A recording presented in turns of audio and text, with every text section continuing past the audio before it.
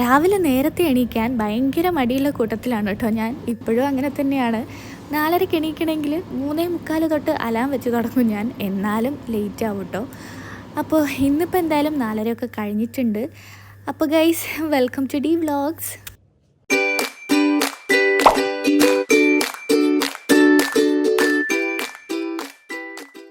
അങ്ങനെ പെട്ടെന്ന് തന്നെ പോയി ഫ്രഷായി നേരെ കിച്ചണിലോട്ട് പോയി. എണീക്കാനാണ് കേട്ടോ മടി. അതായത് ഈ ഉറക്കത്തിൽ നിന്ന് ഇങ്ങോട്ട് എണീറ്റ് കിട്ടാനാണ് പണി. എണീറ്റ് കഴിഞ്ഞാൽ പിന്നെ പ്രശ്നമൊന്നുമില്ല. പിന്നെ ഈ അലാം വെക്കുന്ന കാര്യത്തിലോട്ട് മിക്കവരും ഇങ്ങനെ തന്നെയാണെന്ന് തോന്നൂല്ലേ. ഇങ്ങനെ കുറേ നേരത്തെ വെച്ച് 5 മിനിറ്റ് ഒക്കെ അടിഞ്ഞ്. അപ്പം ഞാനും അങ്ങനെ തന്നെയാണ്. ഫസ്റ്റ് തന്നെ ചായക്ക് വെള്ളം വെച്ചു. ആദ്യം അതവിടെ ആക്കി വെച്ചാൽ പണി കഴിഞ്ഞല്ലോ. പിന്നെ അശിക്ക് കുറച്ച് തണിയും വേണം. പാലെടുത്തപ്പോൾ 2 ബോട്ടിലുണ്ടായിരുന്നേ. ഒന്നിൽ കുറച്ചേ ഉണ്ടായിരുന്നുള്ളൂ. അങ്ങനെ ആദ്യം അതൊഴിച്ചിട്ട് പിന്നെ കുറച്ചും കൂടെ പാല് മറ്റേതിലും പൊട്ടിച്ചൊഴിച്ചിട്ടുണ്ടേ. അപ്പോൾ ഇന്ന് ബ്രേക്ക്ഫാസ്റ്റിന് ദോശയാണ്. ഇന്നലെ ഇഡ്ഡലി ആയിരുന്നു. അപ്പോൾ ഞാൻ ഫസ്റ്റ് മാവ് ഒക്കെ എടുത്ത് പുറത്തേക്ക് വെച്ചിട്ടുണ്ട്. തണുപ്പ് പോകണമല്ലോ, അതൊക്കെ എടുത്ത് വെച്ചു. പിന്നെ നേരെ ചായപ്പൊടിയൊക്കെ ഇട്ട് അപ്പോഴേക്കും ഞാൻ കപ്പൊക്കെ എടുത്ത് കഴുകി വെച്ചിട്ടുണ്ടായിരുന്നു. പിന്നെ ചായയൊക്കെ നല്ലോണം ആറ്റി, എനിക്കിങ്ങനെ നല്ലോണം പതഞ്ഞ് അങ്ങനെ ആക്കുന്നതാണ് കേട്ടോ ഇഷ്ടം. അപ്പോൾ അതൊക്കെ ചെയ്തു.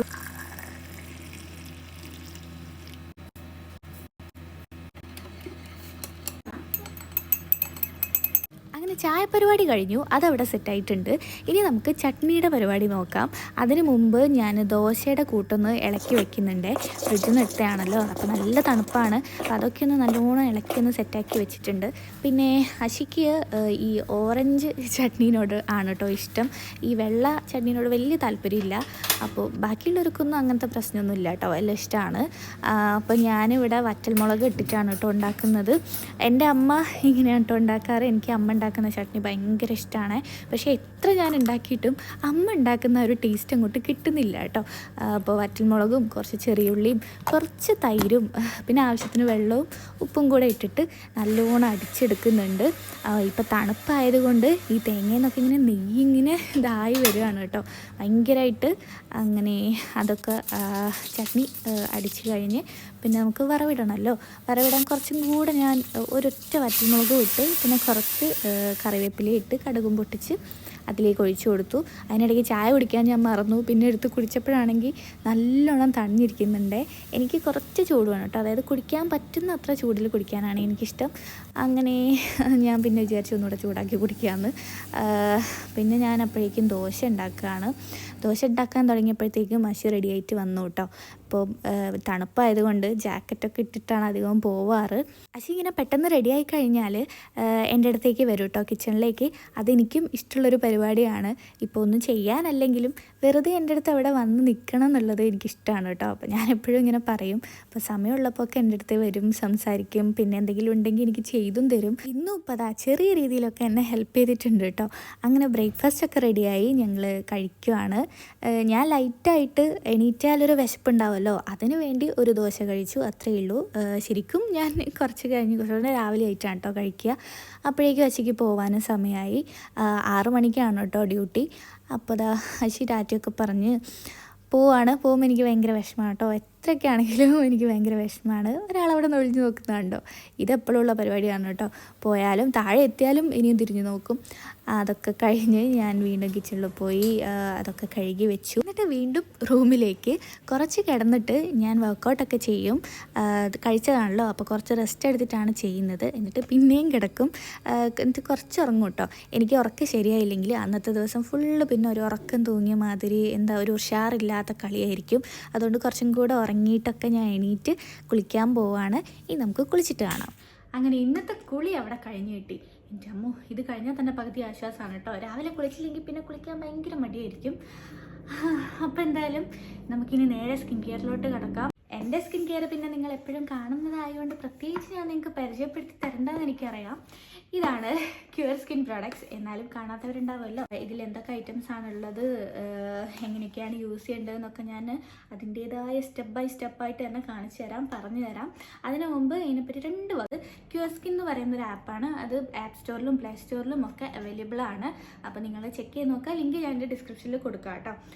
അപ്പോൾ നമ്മൾ ഡൗൺലോഡ് ചെയ്ത് നമ്മളതിൽ എൻ്റർ ആകുമ്പോൾ നമ്മുടെ ബേസിക് ഡീറ്റെയിൽസ് ഒക്കെ ചോദിക്കും. പേര്, വീട്, നാട്, അതൊന്നും ഒന്നും ചെയ്യില്ല. പേര്, ഏജ്, ജെൻഡർ, അങ്ങനത്തെ ബേസിക് ആയിട്ടുള്ള കുറച്ച് കാര്യങ്ങളൊക്കെ ചോദിച്ച് പിന്നെ നമ്മൾ നേരെ നമ്മുടെ പ്രോബ്ലം എന്താണ് നമ്മളെ ഇഷ്യൂ, സ്കിൻ റിലേറ്റഡ് ആണോ, ഹെയർ റിലേറ്റഡ് ആണോ, സ്കിന്നിന് മാത്രമല്ല ഹെയറിനുള്ള പരിഹാരം അവരുടെ കയ്യിലുണ്ട്.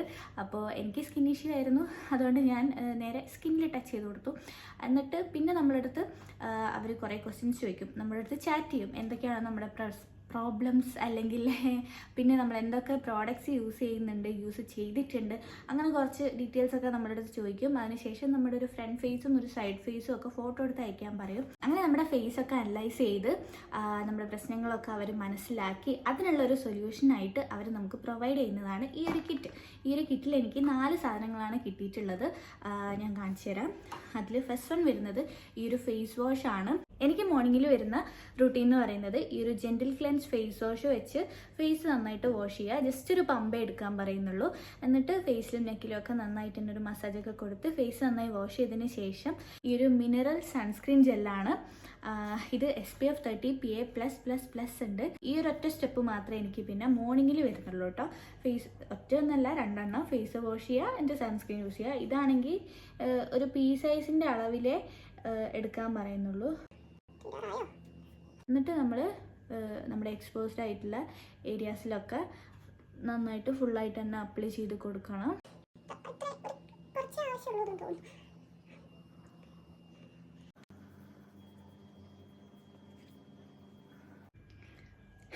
ഓക്കെ, അപ്പോൾ ഇത്രയേ ഉള്ളൂ. സിമ്പിളാണ്.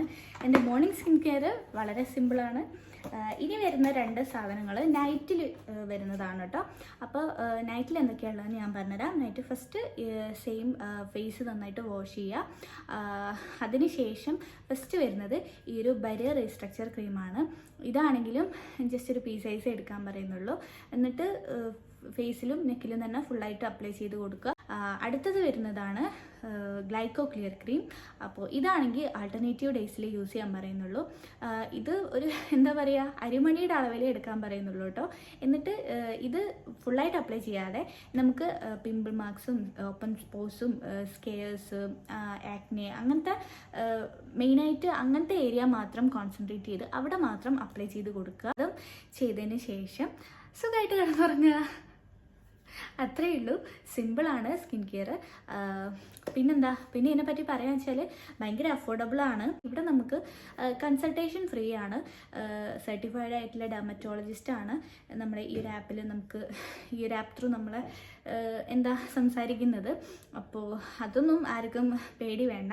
അപ്പോൾ അതിന് നമുക്ക് ഫീ വേണ്ട. ഈ ഒരു കിറ്റിന് മാത്രമേ നമ്മൾ പേയ്മെൻറ്റ് ചെയ്യേണ്ടതുള്ളൂ. അതും ഈ ഒരു 4 ഐറ്റത്തിന് 1400 എനിക്ക് ഭയങ്കര അഫോർഡബിൾ ആയിട്ടാണ് തോന്നിയിട്ടുള്ളത്.